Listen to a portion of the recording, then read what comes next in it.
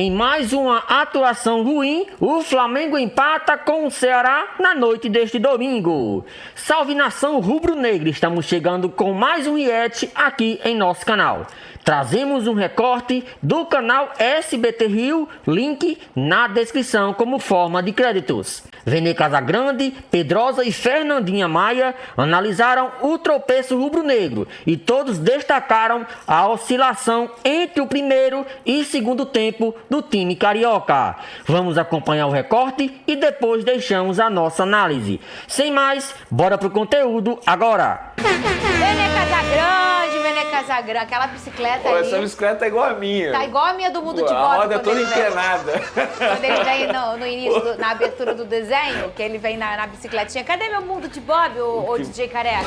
Aí, ó, tá igual a minha, Vene Casagrande. Velotrol, né? Ô, Vene Casagrande, explica por que o Flamengo caiu tanto de produção de um tempo pro outro. Olha, é uma resposta que talvez nem o Felipe Luiz saiba, mas eu tenho a minha opinião. Qual é? O que pode justificar essa queda de rendimento do primeiro para o segundo tempo, e só para contextualizar quem não assistiu ao jogo, no primeiro tempo o Flamengo fez uma boa partida, pressionando o Ceará, tendo a posse de bola, tomando conta do jogo, tomando conta das ações da partida. A gente pôde ver um Samuel Lino entrando muito bem como titular, e fica até a boa notícia que ele ficou 90 minutos em campo, ou seja, mostrou um bom desempenho físico, e ele fez uma boa parceria com o Alexandre na ponta esquerda. No lado direito, gostei também da entrada do Emerson Royal, fazendo uma boa parceria também ali pelo lado direito, mas a queda de rendimento para o primeiro e para o segundo tempo acho que passa muito pela saída do Arrascaeta, e o Arrascaeta ele precisou ser substituído porque sentiu um incômodo muscular, inclusive vai até fazer exames médicos hoje para saber se há lesão no local da coxa ou não.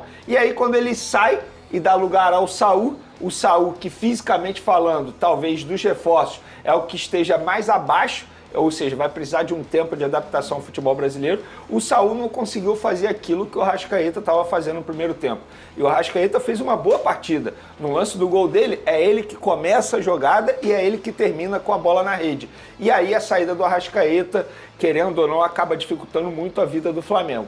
Óbvio, não foi só por conta disso. O gol, por exemplo, que o Flamengo levou foi uma falha grotesca do goleiro Rossi. Inclusive, eu acho que o goleiro Rossi ele vem dando alguns moles nos últimos jogos e talvez isso passe muito por quem é o substituto do Rossi. Ele não tem substituto. Então ele sabe que ele é titular absoluto. Talvez passe por isso. E eu acho que o Flamengo precisava correr atrás de um goleiro para ser o reserva imediato dele.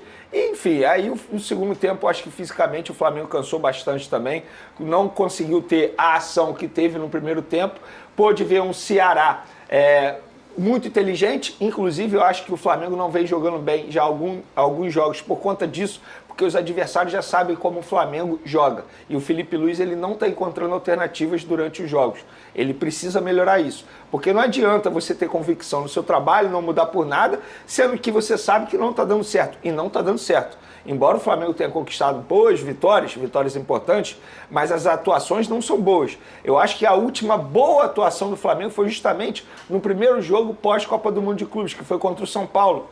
Naquele jogo que o Felipe Luiz acabou escancarando o problema com o Pedro. De lá para cá, o Flamengo pode ser vencido, mas as atuações não foram boas. Tanto é que foram vitórias através de bola parada e muita gente critica isso. Mas eu não critico, eu elogio. Recurso, né? É um recurso, exatamente. Mas, analisando as partidas do Flamengo, o Flamengo não jogou bem. E eu acho que o Flamengo está oscilando como toda equipe vai oscilar na temporada. A questão é, está oscilando justamente no momento mais decisivo, que tem a Copa do Brasil. O Flamengo está perto de ser eliminado da Copa do Brasil. No Campeonato Brasileiro caiu de rendimento, embora continue na liderança, e ainda tem a Libertadores que está chegando também. A grande verdade, Pedrosa, é que esse é um momento muito crucial, agosto, setembro ali, em que a gente começa já a equalizar as competições. Quem vai brigar por quê, quem vai fazer o quê.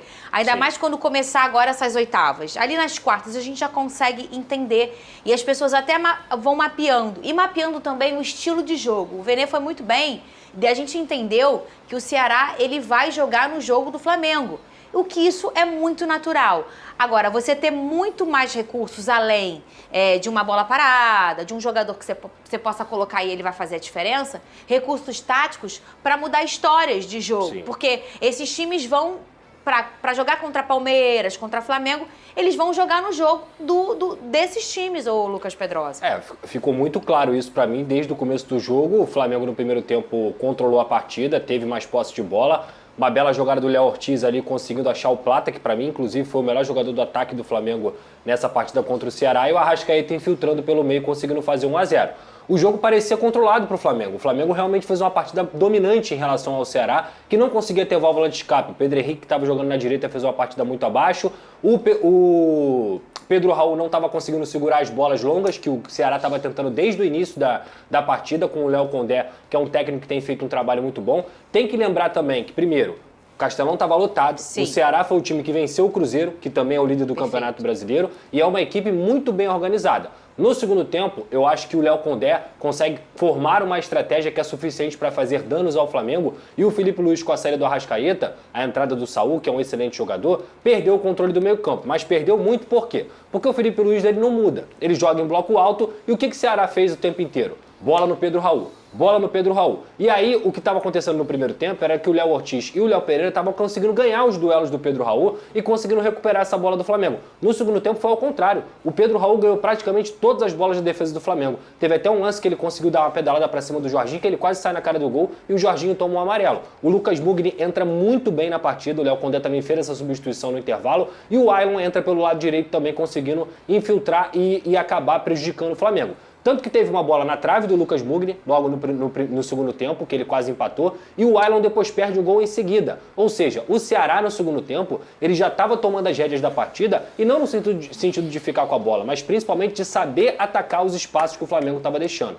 E as substituições do Flamengo também não surtiram efeito. Eu acho que o Léo Pereira novamente fez um jogo muito abaixo do esperado, como um zagueiro mesmo. E é claro, não tem como não falar da falha do goleiro Rossi, que sai muito mal naquele momento ali. O Pedro Raul é um especialista de bola aérea e consegue fazer 1-1. Só que aí todo mundo estava achando que o Flamengo ia vir para cima para fazer o segundo gol, até porque o Campeonato Brasileiro é a prioridade. E o que a gente viu foi ao contrário. Se o Flamengo tivesse tomado a virada ali do Ceará, não teria sido nenhum absurdo. O Ceará jogou para fazer o segundo gol, jogou para conseguir sair do Castelão com a vitória diante de sua torcida. No final das contas, uma equipe que tem um baixo investimento, que tem um elenco pior, comemora até esse empate pela recuperação que fez contra o Flamengo. Mas eu quero destacar negativamente aqui, como eu falei assim, a bagunça do meio campo do Flamengo no segundo tempo, quando perdeu a Arrascaeta, e a partida que o Bruno Henrique fez. Para mim, irreconhecível. Uma partida, assim, muito longe do que a gente já viu do Bruno Henrique, errando muito, muito mesmo. Um jogador que é do calibre que ele não pode ir tão mal nesse sentido. E tem um outro ponto também que eu quero destacar. O Flamengo termina o jogo com o Alan e o Everton Araújo. O Alan e o Everton Araújo, pelo que eu estou entendendo do Flamengo, é um ou outro. Joga o Jorginho geralmente. Mas assim, você terminar com os dois tira muito do poder de construção do Flamengo. São dois jogadores que, quando eles têm o Jorginho ao lado, eles conseguem elevar o patamar. Sim. Mas quando eles estão juntos, pro nível de time que o Flamengo tem, eu acho que eles engessam muito esse meio campo do Flamengo e prejudicaram um pouco essa construção. No segundo tempo, acho que o Samuel Lino caiu de rendimento também, não foi o jogador que a gente viu nem de perto contra o Atlético Mineiro. E, no final das contas, o Plata cansou, que, repito, para mim tinha sido o melhor jogador do Flamengo no primeiro tempo e no segundo também foi muito bem. Então, assim, o Ceará aproveitou essa fragilidade do Flamengo de só jogar com bloco alto. O Flamengo dificilmente tem facilidade para se defender e o Ceará conseguiu empatar e, repito, eu acho que o Ceará poderia até ter vencido a partida. Mas o meu ponto em relação ao primeiro tempo do Flamengo é que o Flamengo teve oportunidades de fazer até mais do que 1-0. Sim. Aí voltou a ser aquele Flamengo que eu brinco aqui, arame liso, que você não machuca o adversário. Você tem alternativa, você tem oportunidade de botar a bola na rede. E você não põe a bola na rede. Se você fosse para o intervalo com 2-0, talvez a história poderia ter sido diferente. Eu vou te falar, eu acho... E teve chance, inclusive com a Arrascaeta, após o gol dele, ele tem uma nova chance, ele poderia ter feito 2-0. Então, o grande problema do Flamengo, apesar dessa bagunça toda que a gente mencionou aqui, da queda de rendimento, continua sendo a falta de pontaria. Porque você precisa converter as oportunidades que você tem, independentemente do adversário. E contra o Ceará, fez falta no primeiro tempo. Tanto é que no segundo tempo caiu muito de produção, foi um Flamengo irreconhecível, foi um dos piores tempos do Flamengo com o Felipe Luiz, sem sombra de dúvidas. Em todo sentido, exatamente. Enfim, jogou muito mal, organização tática absurda, algo irreconhecível do Flamengo. E tem um ponto também que eu quero levantar. A dupla de zaga, Léo Pereira e Léo Ortiz, vem jogando junto há muito tempo.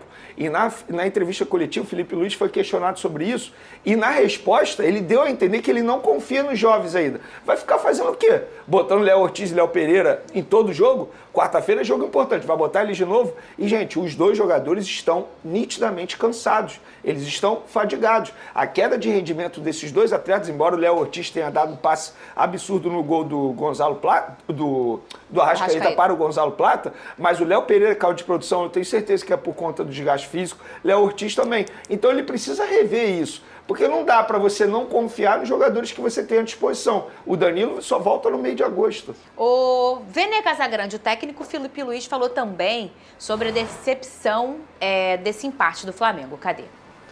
É um sentimento de decepção depois de ter feito um grande primeiro tempo, criado chances de gol, finalizado muitas vezes na área no gol do adversário. E no segundo tempo realmente tivemos uma queda muito grande. E por um descuido nosso na bola parada acabamos sofrendo empate. E claro, sentimento de decepção e não temos outro caminho senão trabalhar e continuar evoluindo. Ô, Lucas Pedrosa, e essa questão do cansaço e da pontaria, eu acho que a pontaria está sendo um problema generalizado no nosso futebol brasileiro, tirando o Cruzeiro, que é um time extremamente letal. Sim. Às vezes tem uma posse pequena de um jogo, uma transição rápida, eles no erro do adversário, eles dão o bote e eles fazem o gol. Essa é a máxima do Cruzeiro na temporada. Sim. Tirando o Cruzeiro, essa questão de ou não chutar ou errar a mira, isso está sendo uma epidemia aí no nosso futebol brasileiro. Não é só um problema do Flamengo, Pedrosa. Você concorda? Concordo, mas em relação ao Flamengo é um problema desde o início da temporada, né? Onde se esperava que o Pedro fosse resolver essa situação, mas a gente sabe que o Pedro é só um jogador. Não adianta só esperar isso do Pedro, porque todos têm que contribuir. Falei do Bruno Henrique aqui, ele perde um gol na pequena área, gente, que ele isola a bola ali, e é um jogador que a gente já viu que em outros momentos conseguia fazer esse tipo de gol, conseguia contribuir com participações em gols.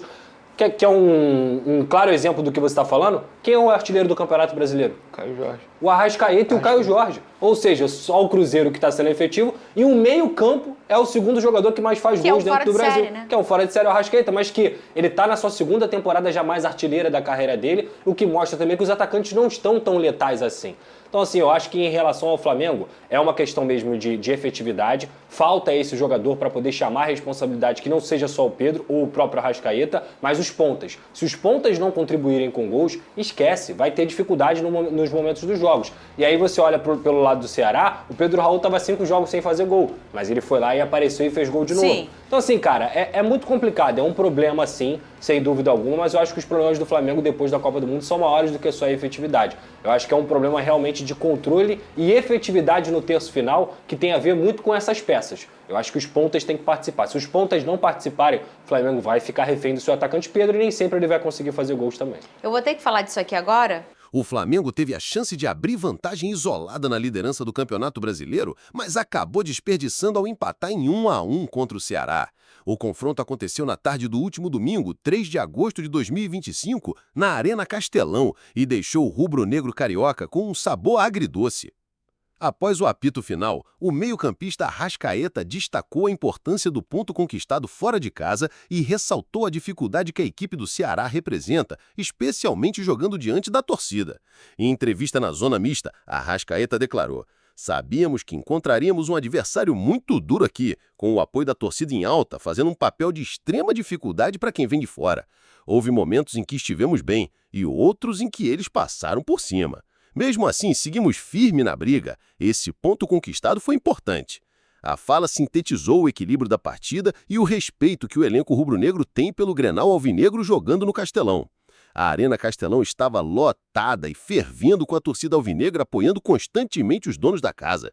Mesmo com esse ambiente hostil, o Flamengo entrou em campo não intimidado. Nos primeiros 45 minutos, o Mengão manteve postura ofensiva e esteve mais presente no campo adversário. Arrascaeta teve participação direta no gol rubro-negro ainda na etapa inicial. Após uma bela construção que começou com o Léo Ortiz, seguido por um passe refinado de Plata, Arrascaeta apareceu na área e finalizou com precisão, balançando as redes e colocando o Flamengo em vantagem. A jogada foi exemplar, combinando visão de jogo, rapidez na transição e execução técnica. Tudo isso para o deleite da torcida rubro-negra. No entanto, o rubro-negro não conseguiu manter o mesmo nível de intensidade na etapa complementar. A segunda metade da partida foi dominada por um Ceará mais adaptado, que voltou melhor aceitando o empate. Com maior vigor físico e aplicação tática, o time da casa equilibrou as ações até chegar à igualdade.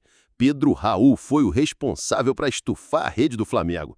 O atacante cabeceou com precisão após um cruzamento de Lucas Mugni, aproveitando a indecisão de Rossi na saída do gol. O placar ficou em 1-1 e, apesar do esforço do Flamengo, o empate prevaleceu. Após o apito final, o lateral Felipe Luiz foi claro ao reconhecer a queda de desempenho do time no segundo tempo. Apesar do Flamengo ter mantido boa posse de bola, 69% segundo dados do portal SofaScore, contra apenas 31% do Ceará, a equipe não transformou a superioridade em vitória, uma vez que diminuiu seu ritmo e concentração. Nós continuamos criando oportunidades, mas não foi falta de vontade não. O Ceará mudou o sistema taticamente, começou a jogar bolas longas nas costas da defesa e explorar escanteios, o que nos obrigou a recuar, explicou Felipe Luiz. Ele complementou: essa queda de intensidade e concentração no segundo tempo custou caro. Jogar contra um time que se fecha assim é complicado. No fim das contas, ficou o empate com um gosto amargo. A crítica dele evidencia a complexidade de transformar domínio territorial e estatístico em resultado positivo, quando o adversário se fecha e aproveita as transições. Os números reforçam que a partida foi amplamente dominada pelo Flamengo nos primeiros 45 minutos. Contudo, estatísticas por si só não garantem o triunfo. A posse de bola de 69%, somada com 14 finalizações, em comparação com 9 do Ceará, mostram que houve volume ofensivo. Mas ainda assim o rubro-negro não conseguiu reiterar o controle na segunda parte da partida. Esse paradoxo entre superioridade estatística e empate no placar final resume bem a dificuldade de conteúdos técnicos, posses, chances, cruzamentos, se converterem em gols num antagonismo bem organizado e fisicamente forte como o Ceará no Castelão. Com o resultado, o Flamengo manteve a liderança do Brasileirão com 37 pontos, mesma pontuação do Cruzeiro. Entretanto, o rubro-negro segue à frente por apresentar saldo de gol superior, 24-19. O empate em Fortaleza evita tropeços, mas também impede o time de abrir distância na ponta. A disputa segue acirrada e cada detalhe pode fazer a diferença no decorrer da competição.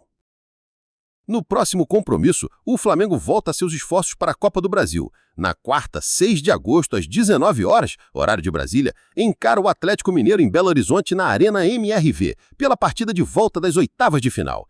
O Flamengo vem de derrota por 1-0 no jogo de ida, disputado no Maracanã. Por esse motivo, precisa vencer por 2 gols de vantagem para avançar direto. Caso vença por um tento, a vaga será decidida em pênaltis. É um duelo de alta tensão, cuja importância pode influenciar o restante da temporada do clube. O próximo jogo pelo Brasileirão será no sábado, 9 de agosto, às 18h30, horário de Brasília, contra o Mirassol no Maracanã. A oportunidade de ampliar a liderança na tabela desperta grande expectativa da torcida. Em entrevista à Cazé TV, o atacante Pedro Raul, autor do empate do Ceará, comentou sobre sua relação com o zagueiro Léo Ortiz, revelando que a amizade entre eles vem da infância. Léo Ortiz é meu irmão desde criança. Praticamente crescemos jogando bola juntos. Nem preciso expor o quanto gosto e torço por ele. Mesmo hoje ele estava meio bravo e temos que respeitar isso, afirmou o jogador do Ceará. Ele ainda fez elogios ao colega. É um craque, claramente o melhor zagueiro do campeonato e do Brasil. Tem que jogar, tem que estar na Copa do Mundo. Torço muito por ele. Apesar da tensão no final, Pedro Raul ressaltou que não precisou abraçá-lo após a partida. Eu sei o quanto ele gosta de mim e eu dele. Essa declaração mostra o respeito e o vínculo pessoal entre os atletas, mas também a rivalidade natural do futebol de alto desempenho, onde as emoções afloram e o clima muda logo após o apito. O Flamengo iniciou com postura agressiva, buscando controlar o meio-campo e agilizando transições ofensivas. A construção do gol de Arrascaeta foi fundamental para ilustrar isso. Léo Ortiz, apesar de zagueiro, saiu com bola dominada. Encontrou Plata, que acionou Arrascaeta para finalizar. A combinação dos setores defensivo, meio-campo e ataque funcionou bem. O entrosamento coletivo e a movimentação criativa colocaram o Flamengo em vantagem. A equipe apresentou boa circulação, capricho no toque final e amplitude pelos lados do campo. O Ceará, por sua vez, ajustou-se defensivamente após o intervalo. Passou a valorizar as bolas longas no campo do Flamengo, explorando os flancos e buscando cruzamentos e escanteios. Com isso, o ambiente mudou. O Flamengo, que controlava ritmicamente a partida, passou a recuar diante da pressão física e da dinâmica do adversário. A transição defensiva do rubro-negro ficou mais lenta e as desmarcações passaram a surgir com mais frequência. Esse recuo facilitou a atuação do Ceará, que mudou o panorama do jogo e conquistou o empate com Pedro Raul. A oscilação entre os dois tempos foi decisiva. No primeiro, o Flamengo ditou o ritmo. No segundo, abriu espaço para o adversário. O recuo coletivo, aliado à queda de concentração dos meias e volantes, resultou na diminuição da efetividade. Mesmo com mais finalizações e posse de bola, faltou qualidade nos momentos decisivos, em especial precisão nas finalizações e firmeza na transição defensiva. De acordo com Felipe Luiz, a mudança tática do Ceará e a força da marcação impediram a retomada do controle, gerando desconcentração e queda na intensidade. A partida mostrou que o Flamengo é capaz de ditar o ritmo mesmo em campo adverso, mas também que a equipe precisa ser mais consistente por 90 minutos. A sequência de jogos decisivos exige uma preparação afinada, tanto taticamente quanto mentalmente. Os confrontos com o Atlético Mineiro e depois com o Mirassol exigem foco e letalidade, e é justamente nesses pontos que o time tem que melhorar. A situação na Copa do Brasil é delicada. Derrotado por 1-0 em casa, o Flamengo precisa vencer por 2 gols de diferença para avançar direto. Uma vitória por apenas 1 gol força a decisão por pênalti. Cenário sempre imprevisível. O rubro-negro precisa manter a posse, criar superioridade central e ter presença ofensiva com pressão alta para marcar os gols necessários. Desarmes eficientes no meio-campo e transições rápidas serão fundamentais. A preparação física e o controle emocional podem definir o rumo da eliminatória. Já no Campeonato Brasileiro, a vitória sobre o Mirassol no próximo final de semana é estratégico para ampliar vantagem na liderança. O empate com o Ceará custou pontos potenciais, mas o desempenho no primeiro tempo mostrou capacidade ofensiva. A equipe deve manter postura ofensiva, controlar o meio e não se deixar levar pela pressão externa, sobretudo jogando em casa. A manutenção dos jogadores-chave, Arrascaeta, Léo Ortiz e Plata, e a integração dos reservas na rotação do elenco serão cruciais. O empate em 1-1 com o Ceará foi um resultado de sinal duplo. Manteve o Flamengo na liderança devido ao saldo de gol superior ao do Cruzeiro, mas também expôs fragilidades. A classificação se manteve. Flamengo 37 pontos, Cruzeiro também com 37, mas o rubro-negro à frente graças ao saldo de gols. O time cearense mostrou-se adversário resistente, especialmente dentro da Arena Castelão. E o empate dificilmente pode ser considerado um fracasso, mas sim um alerta. Arrascaeta valorizou o ponto conquistado e Felipe Luiz chamou atenção para a queda de ritmo no segundo tempo.